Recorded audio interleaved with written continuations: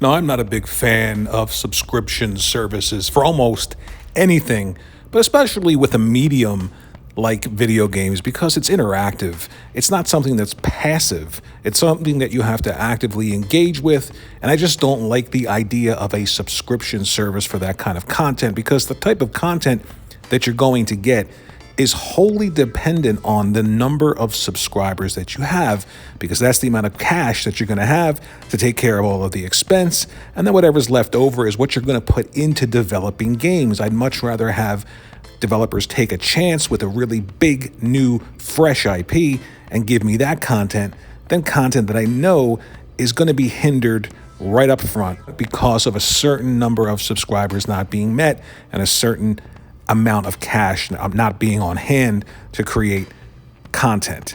So now we know that games going into Game Pass do not aid in the sales of said games. Games in Game Pass actually cannibalize sales.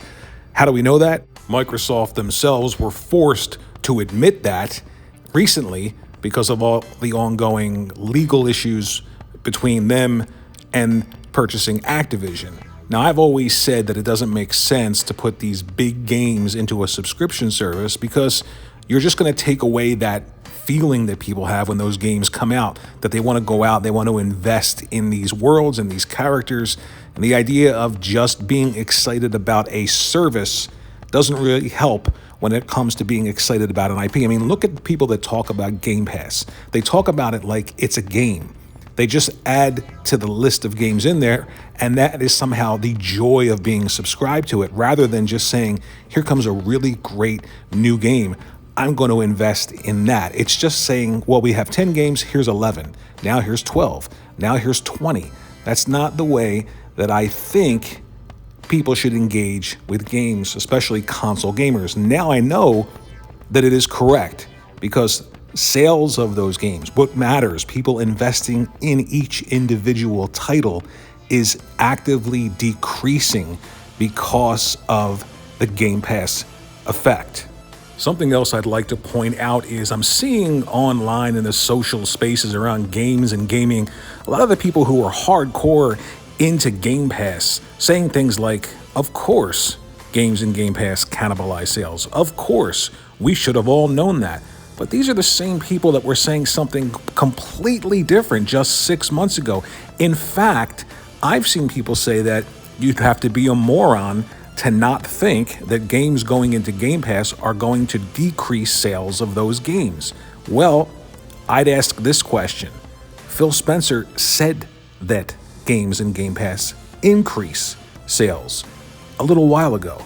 So what we're seeing now is the truth behind the curtain. And the idea behind this video is to say, you're never told the truth. It's almost sad that we cannot get actual factual information from almost anyone, especially mainstream sites like Xbox, whatever, especially influencer YouTubers. You can't get any accurate information. And then when you actually get it, Microsoft is forced to release this information. The same people say things like, of course, you should have just known that. And I'm sitting here scratching my head thinking to myself, did anybody listen to you 6 months ago? If people are morons for not knowing that, then Phil Spencer said that. So what does that make Phil Spencer? I think that subscription-based gaming services are a nice side piece. They are not the meal. They will never be the meal. The meat, the potatoes, whatever else, that's the meal. And off to the side, underneath the napkin, is gaming subscription services. It clearly is not the future based on current numbers and trends in the console gaming space. It just cannot be supported based on looking at numbers right now. The PS5 flying off the charts, off the sales charts, individual games selling incredibly well, Nintendo Switches selling out, their games selling incredibly well. And yes, they have an online subscription-based gaming service that does it right. They take their content from the past and they give it to you underneath each individual section, N64, SNES, Game Boy, like that. That is something that sits well off to the side, but you have to create great content And you have to take those risks. You can't say, we only have 25 million subscribers. How much does that get us a month? Take out all the expense to run Game Pass. Take out all the expense to pay out these developers for these games to come into there. What's left over to create new, fresh, first-party IPs? That's why you're seeing things that are smaller, like Hi-Fi Rush, which I think is absolutely great.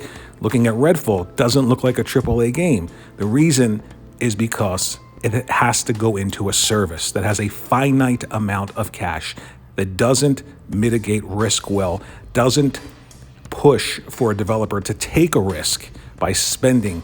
A Hogwarts Legacy would never be created. That money would never be spent to drop into a subscription service like Game Pass. It's just not going to happen. And that is why I don't think that gaming subscription services are the future. It's certainly not something that I would want curating the type of content that I get when I play games on a console. Certainly isn't the type of games or producing the type of games yet that I've been used to playing over every single console generation. Games that I look forward to, those big games, are just not dropping into Game Pass. You can point to Starfield, but I haven't seen much of that yet.